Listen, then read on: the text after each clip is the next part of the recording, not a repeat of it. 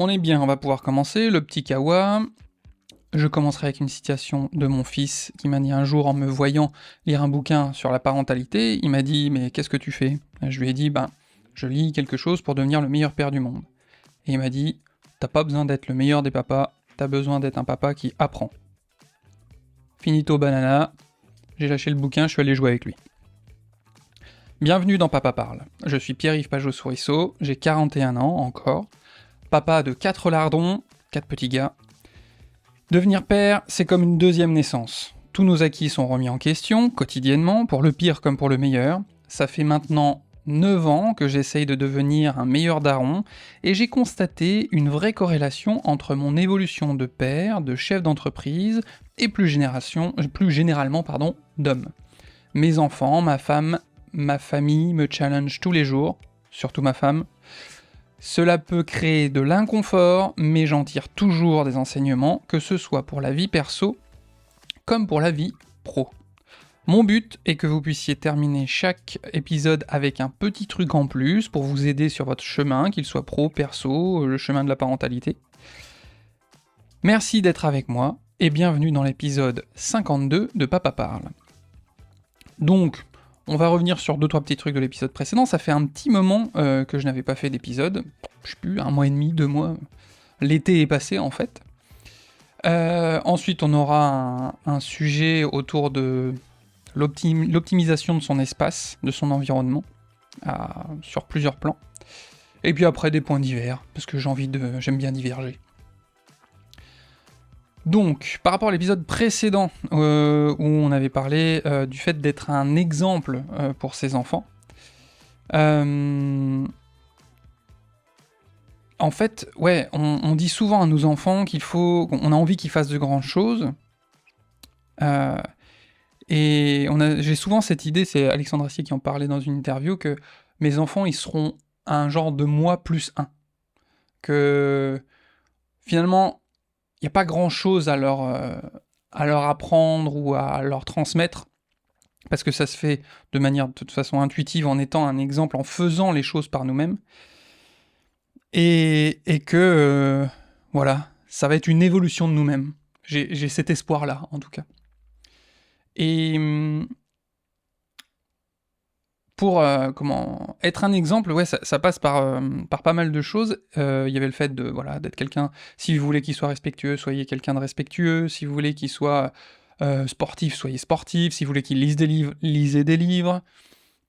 Mais il y a aussi cette idée, souvent on va dire à nos enfants, on veut pour nos enfants qu'ils réalisent leurs rêves. Et on se questionne pas, on se dit mais est-ce que nous on réalise nos rêves ? Est-ce que c'est pas, même si c'est un peu plus abstrait, mais est-ce que il n'y a pas besoin de leur dire de réaliser leurs rêves, il faut que nous-mêmes on le fasse. Et donc pour ça, il faut se demander mais c'est quoi nos rêves ? C'est quoi nos objectifs ? Vers quoi on veut aller ? Donc on revient, vous allez me dire que j'ai peut-être une façon de voir les choses un peu égoïste, mais il faut revenir à soi. Qu'est-ce qui nous porte ? Qu'est-ce qui fait qu'on a envie d'avancer ? Quels sont nos rêves ? Mettre en place des choses concrètement pour les réaliser. Et là, ça sera la meilleure chose à faire pour nos enfants. Parce que si vous vivez par procuration, ils vont juste apprendre à vivre par procuration. Et ils vont reproduire le truc indéfiniment. Voilà, j'avais ce petit truc en tête par rapport à ça. Donc, on en vient au sujet principal. Le sujet principal. Ça se trouve qu'il sera pas beaucoup plus long que les points divers, parce que je vais partir peut-être dans tous les sens. Optimiser son espace, optimiser son environnement. Donc j'en ai déjà parlé dans des épisodes précédents. En fait, j'ai voulu améliorer les choses pour moi, ma famille, etc. Enfin, j'ai toujours eu cette quête, toujours cette envie d'évoluer. Et j'ai pris le truc par le bout qui me paraissait le plus facile. Ça sert à rien de s'attaquer à quelque chose d'énorme. Et donc le truc, qui me paraissait le plus facile, le plus accessible. Comme je vous l'ai déjà dit, j'ai voulu faire un grand changement physique, au niveau pour ma forme, pour mon énergie, etc. J'ai pris un coach. Je suis toujours avec lui, ça se passe super bien. Il m'a d'ailleurs sacrément épaulé, Florian, quand je me suis rompu le tendon d'Achille, où là ça va beaucoup mieux, j'ai repris la course. D'ailleurs, je me prends à aimer la course. C'est là où je me dis que je suis vraiment devenu un vrai daron, c'est que je commence à aimer courir longtemps, longtemps. Et les sensations, elles sont... Je sais pas si c'est la joie de repouvoir courir, j'en sais rien, mais en tout cas, c'est un kiff incroyable. Donc l'année prochaine, il y aura peut-être un défi dans ce sens-là. Dépasser un peu mes limites en termes d'endurance, de cardio. J'ai toujours été convaincu que j'étais une tanche là-dedans. Mais comme j'étais convaincu que je n'arriverais jamais à gérer mes problèmes de poids, mes choses comme ça, finalement j'ai réussi, donc peut-être que ça peut évoluer. Ouais, ça me fait penser... Oh, il y a trop de trucs qui viennent. Ça fait longtemps. Et donc j'ai commencé par ça, et en fait, en optimisant d'abord ma personne, c'est-à-dire en faisant en sorte d'être plus en forme physiquement, mentalement j'étais beaucoup mieux, donc j'ai eu une pensée plus claire, plus sereine, j'avais plus de l'énergie à faire les choses de manière générale. Cette année a été une année où, professionnellement, je pourrais vous en parler, j'ai vraiment clarifié les choses sur beaucoup d'aspects. Donc pour ma boîte maintenant, où le leitmotiv, c'est simple, c'est clair, vous rendre irrésistible grâce à la vidéo. Point. Et derrière, on a 3 possibilités. Soit on fait, on vous apprend à faire, soit on fait avec vous, soit on fait tout pour vous. Voilà. Et à partir de là, en fonction de vos moyens, de votre temps, de votre envie, de votre investissement, on vous fait péter. On vous fait péter. On vous met du peps justement dans votre communication afin que votre visibilité explose. Et puis là, je suis en train de mettre en place aussi des process pour aller jusqu'au bout du truc, parce qu'avoir une grande visibilité, c'est top, mais après, derrière, tu peux être bien vu, mais il faut que les gens, faut que ça convertisse, c'est-à-dire qu'après, derrière, les gens aillent jusqu'à l'acte d'achat.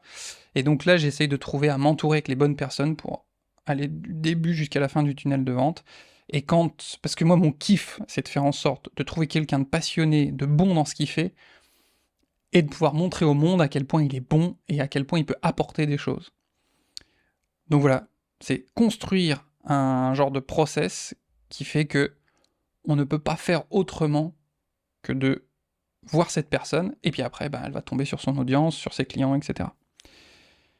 Ça me porte beaucoup en ce moment, donc j'ai dérivé. Mais j'ai pu arriver jusqu'à là, parce que, initialement, j'ai fait du tri dans ma tête, et pour faire du tri dans ma tête, j'ai dû dégraisser. Mais de manière littérale comme au figuré, il a fallu dégraisser le bonhomme, ça m'a permis de dégraisser l'entreprise, ça m'a permis de mettre à plat tout ça, et de mieux dessiner les contours de tout ce que je voulais faire. Et même par rapport à ma famille, le fait d'être mieux dans ma peau, d'être mieux dans ce que je veux, là où je veux tendre, on a aussi engagé, alors c'est pas que moi, hein, c'est avec ma femme aussi, on est dans cette dynamique-là, de cette année-là, on taille, on élague pour que ça pousse mieux.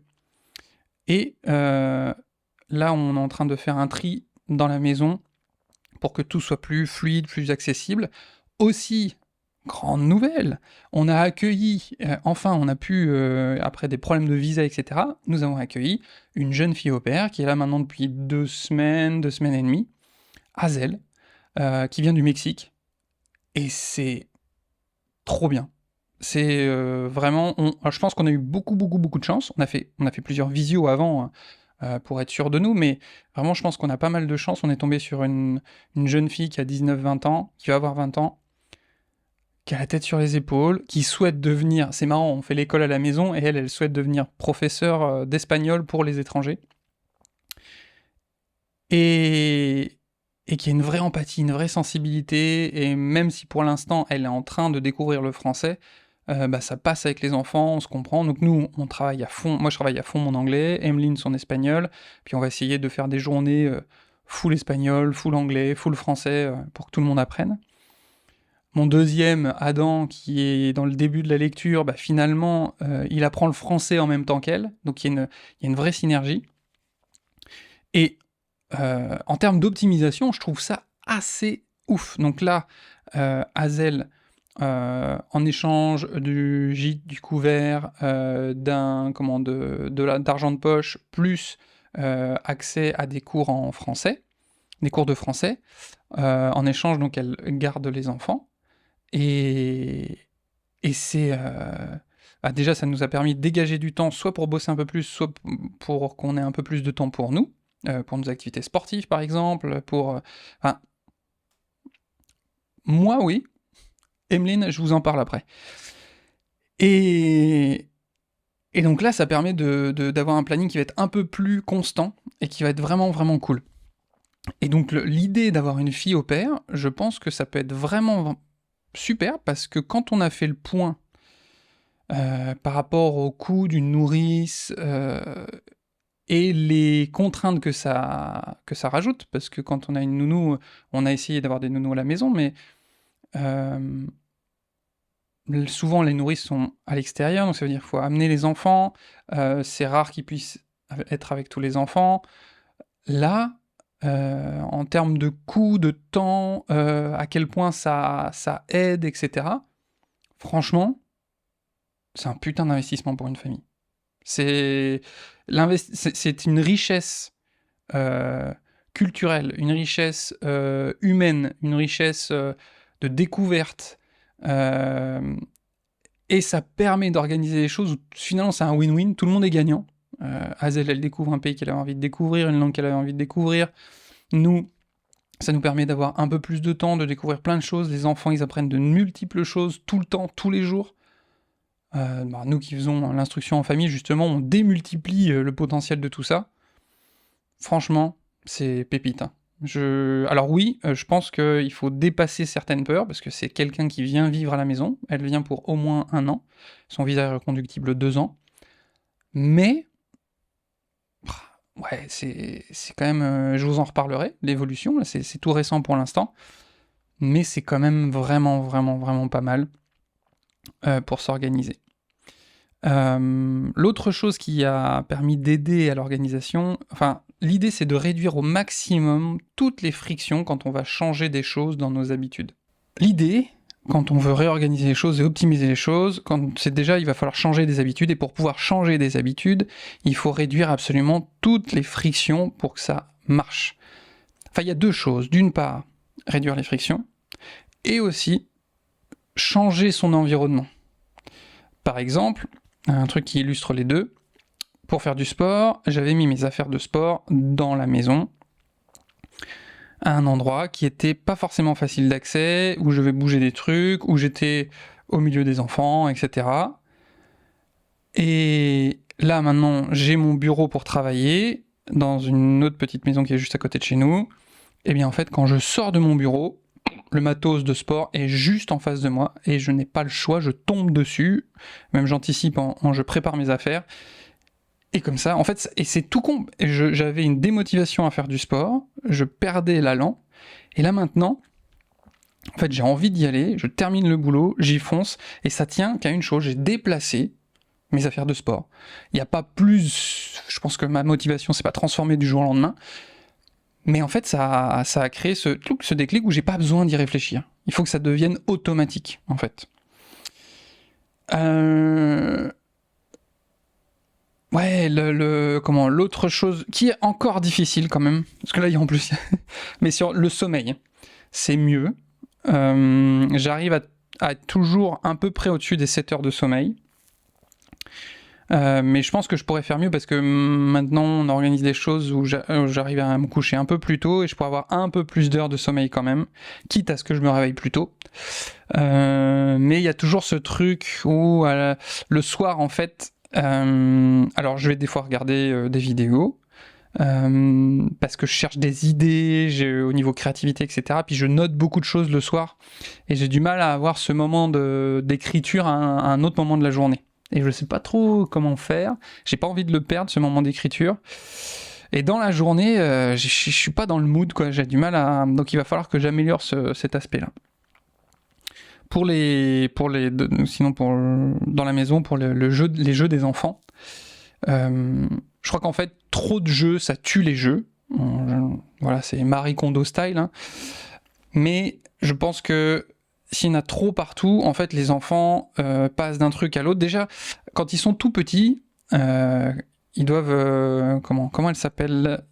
C'est une professeure des écoles... qui a montré que finalement, juste en réorganisant la classe et en travaillant sur tous les sens, on pouvait aider grandement à l'apprentissage de l'écriture. Bon, ça me reviendra si je trouve la source. Et en fait, un enfant doit, avant même de vouloir apprendre des choses, comme l'écriture, compter, etc., faut qu'il développe des compétences comme réussir à rester concentré, finir quelque chose, aller au bout des choses, réussir à collaborer. Et quand il y a trop de trucs, en fait, un enfant est attiré par tout, et donc plus on va réduire le taux de stimulation, plus ce sera facile qu'il puisse se concentrer longtemps sur une chose. Donc pour l'aider à ça, le but n'est pas de l'enfermer dans une boîte avec un cube, mais en tout cas, plus les choses sont... en gros, on sort un jeu, on joue avec lui, on finit, on le range, etc. Donc là, on est encore dans un énorme bordel parce que on a fait du tri, on a viré beaucoup de choses, et là, c'est encore en cours. Mais l'objectif, c'est d'arriver à une zone de jeu et d'apprentissage qui soit la plus clean possible et qui soit facile d'accès aussi pour eux. Ça, c'est aussi un truc sur l'organisation ou l'optimisation de l'espace où je me suis rendu compte que on pouvait des fois leur demander de ranger, alors que nous-mêmes, en fait, je me disais, mais en fait, je saurais même pas où le foutre, ce truc-là. Je sais pas comment faire. Alors si moi-même, je sais pas où le ranger, ça va être compliqué de le demander à mon fils ou à mes fils. Donc, de faire en sorte que tout soit clair et évident dans le rangement. Ça, c'est un gros travail, c'est vraiment pas facile, je trouve. Peut-être quitte à faire appel à quelqu'un à un moment, hein, par rapport à ça. Mais c'est que la maison commence à être petite, avec tous les enfants, avec Azel en plus, etc. Donc ça aussi, c'est un projet à moyen ou long terme. Il va falloir qu'on agrandisse la maison. Bon, va falloir que j'accompagne beaucoup de gens en vidéo quand même pour faire ça rapidement. Et... donc voilà, ça, c'est toutes les affaires des enfants, faire en sorte que ça soit plus évident, plus clair, et même pour nous, en fait, il y a trop de choses. Voilà, un truc dans le rangement, c'est que ça va être forcément le bordel si les choses que vous avez chez vous n'ont pas une place définie. Une fois que c'est défini, c'est pas compliqué, on la pose, on la met dedans, et puis basta. Et je me suis rendu compte plein de fois que y a beaucoup de choses qui traînaient, mais en fait, quand on se pose devant, on se dit, qu'est-ce que j'en fais? Où est-ce que je le mets? Je ne sais pas. Et quand bien même j'aurais une idée d'où le mettre, c'est en fait c'est blindé déjà, il n'y a plus de place. Donc d'avoir quand même un peu de vide dans les étagères, les choses comme ça, c'est nécessaire pour pouvoir trier, ranger au fur et à mesure. Et puis après, dans les trucs d'optimisation, concrètement, il y a maintenant de plus en plus, je pense aux courses. Ça c'est un truc. Ça serait tellement mon rêve d'avoir quelqu'un qui s'occupe de ça tout le temps. D'avoir quelqu'un, ou en tout cas là, qui puisse s'occuper. Vous imaginez quelqu'un qui puisse s'occuper de trouver les idées de repas qui soient adaptées à chacun, qui soient bons pour notre santé, fasse les courses, prépare tout. Je sais pas si vous avez déjà calculé le temps qu'on passe dans la cuisine, mais c'est phénoménal. Après, ça peut être des moments de convivialité, c'est cool. Mais il y a des fois quand même, ça fait un peu beaucoup. D'ailleurs, quand jolie maman elle vient à la maison, c'est le paradis. Alors déjà parce qu'elle cuisine divinement bien. Et puis il y a elle prend en charge cet espace-là. C'est incroyable. Donc, mais malgré tout ça, on peut quand même nettement optimiser les choses avec aujourd'hui quand même les commandes en ligne, le fait d'avoir des drives, de se faire livrer, il y a quand même beaucoup de choses. Là, par exemple, pour des produits bio qui sont pas mal et qui permet, comme ils achètent en gros, d'avoir des prix intéressants, il y a Greenwiz. Je suis pas sponsor, mais ça peut être une solution intéressante. Voilà. Et par rapport à l'optimisation de l'espace, ceux qui peuvent, ça c'est un énorme truc, hein, c'est pas facile, mais quand on fait du travail en remote ou quand on peut être à la maison, pas forcément d'avoir son truc à la maison, mais si ça peut être un peu décalé, un peu à côté, là on a vraiment fait ce truc d'avoir la maison, une cour, et à côté, là où on travaille, et c'est optimal. Vraiment. Et puis, ouais, de prendre au minimum la voiture. Bon, d'ailleurs, les voitures tombent en rade, donc c'est pas plus mal. Bref. Ah oui, tiens, c'est ça dont je voulais parler par rapport à ma femme, où, en fait, elle souhaite pouvoir refaire du sport, avoir du temps pour elle, etc. Et puis, il y a voilà, anecdote, j'étais avec les enfants, et puis je lui dis, voilà, quand tu vas terminer, je sais pas, à 17h30, 18h, rentre pas tout de suite à la maison, parce que de toute façon, là, surtout les deux plus petits, dès que maman est là, comme des moules à leur rocher, ils la lâchent plus. Donc rentre pas à la maison et va faire du sport. Tu voulais aller courir, tu voulais, que sais-je, va faire du sport. Et je la vois arriver à 17h30, 18h, à la maison. Je dis, bah qu'est-ce que tu fais, tu vas pas faire du sport? Je dis, bah non, mais c'est toi qui veux y aller. Et c'est pour vous dire à quel point, je pense qu'il y a, malgré tout, c'est très ancré, ça fait un peu cliché ça, mais il y a beaucoup de femmes qui ne conçoivent même pas qu'on puisse leur donner du temps pour faire des trucs pour elles. Et là, j'avais écrit, j'ai relu le message, quand tu as fini le travail, ne rentre pas et va faire du sport, toi. Eh bien, elle avait compris en lisant son message, quand tu finis, rentre à la maison, que moi j'aille faire du sport. Donc, bon, alors peut-être que je l'ai traumatisé et que je suis tellement égoïste que je demande tout le temps à aller faire du sport, il y a peut-être de ça, mais c'est quand même assez fou, quoi. Cette anecdote m'a marqué sur le fait que ça fait même pas partie de ses possibles pour l'instant de prendre un temps pour aller faire du sport. Faut limite la séquestrer, la pousser, lui dire de partir pour y aller. Voilà. Peut-être qu'on reviendra sur des nouveaux trucs d'organisation plus tard. On va passer à des nouveaux petits points, des points divers, des choses que j'ai notées, une difficulté que j'ai rencontrée qui s'est améliorée justement avec aussi mon regain d'énergie. C'est que j'avais presque un sentiment d'infériorité vis-à-vis de ma femme quand j'étais moi seul avec les enfants, par rapport à elle seule avec les enfants. Où j'ai l'impression que elle arrive, tout gérer, avoir toujours des idées d'activités, de bien pouvoir les gérer, de bien faire tout ça, et donc et quand j'étais avec les enfants, en fait, je passais presque plus de temps à me flageller et finalement devenir ronchon parce que je dis je sais pas quoi faire et ils ont l'air de s'ennuyer, il faut que je leur propose quelque chose et en même temps j'ai pas envie de me lancer dans un jeu de société il y en a certains qui sont vraiment chiants, enfin voilà, j'étais pris dans ce truc là et petit à petit en retrouvant de l'énergie et puis je suis revenu à un truc que j'ai dit il y a très longtemps. Je dis, mais amuse-toi avec eux, fais des trucs qui, toi, t'amusent. Commence par ça. Et puis ça a quand même nettement mieux marché, mais pour avoir ces envies-là, il faut être en forme. Là, quand tu manques de sommeil, que t'as pas bien bouffé, c'est quand même un peu compliqué.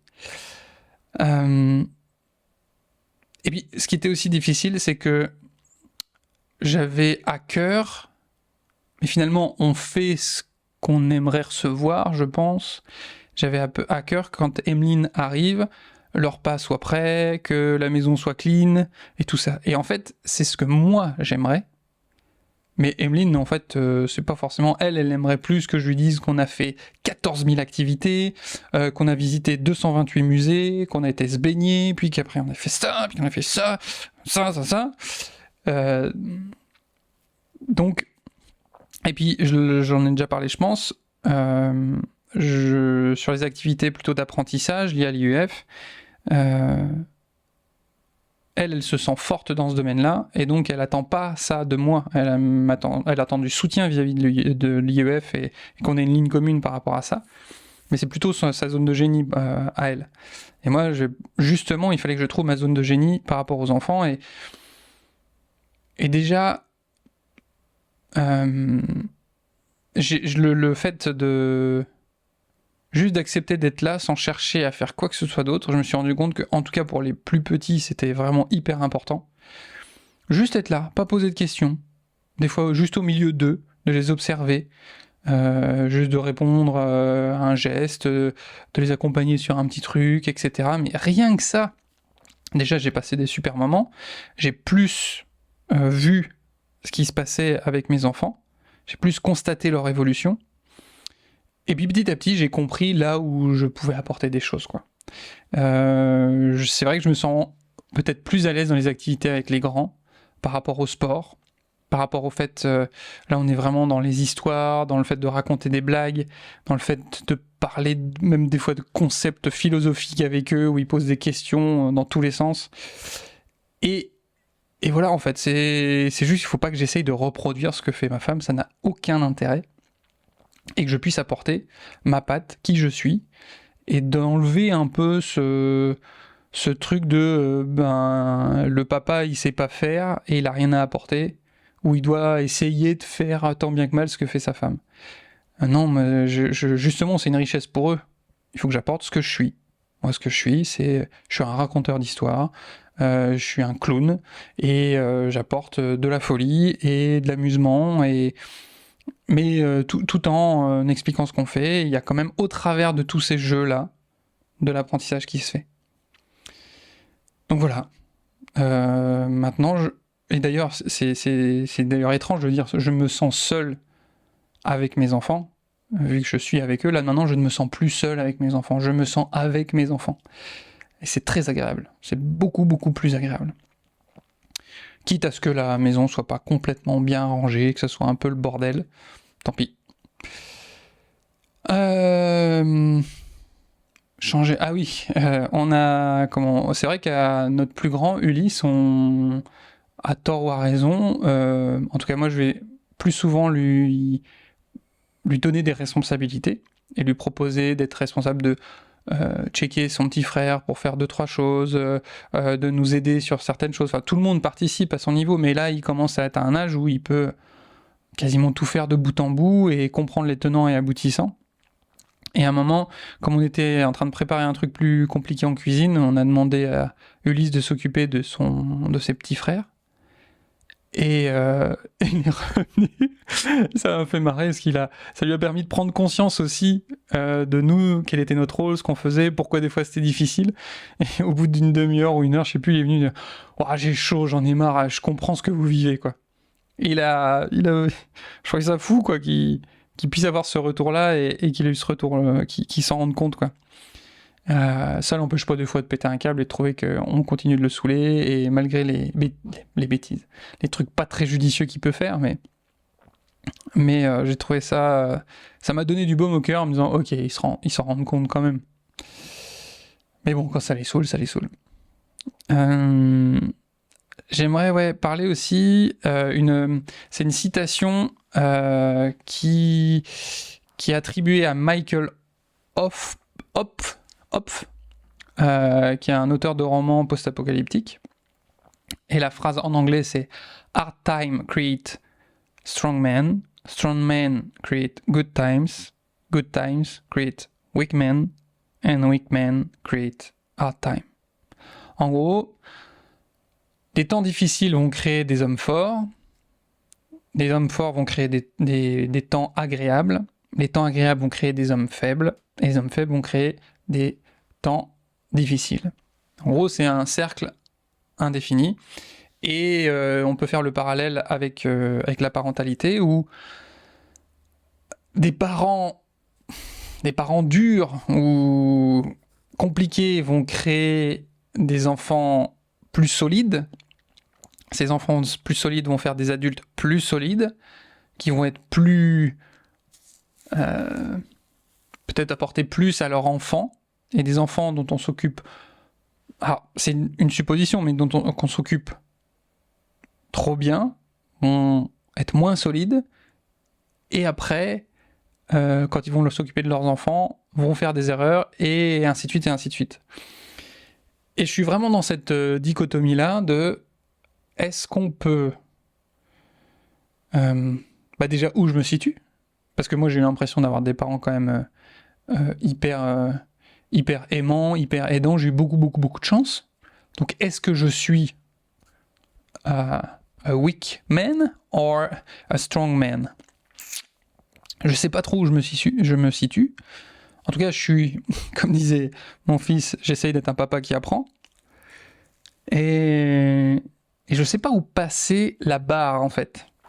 Est-ce qu'il n'y a pas une histoire de contexte? C'est-à-dire, on s'occupera jamais assez de nos enfants, je pense. Mais pour autant, il faut pas avoir peur de leur faire vivre des expériences parfois difficiles. Alors on va pas les balancer dans Koh-Lanta directement et les mettre dans des trucs de Survivor, mais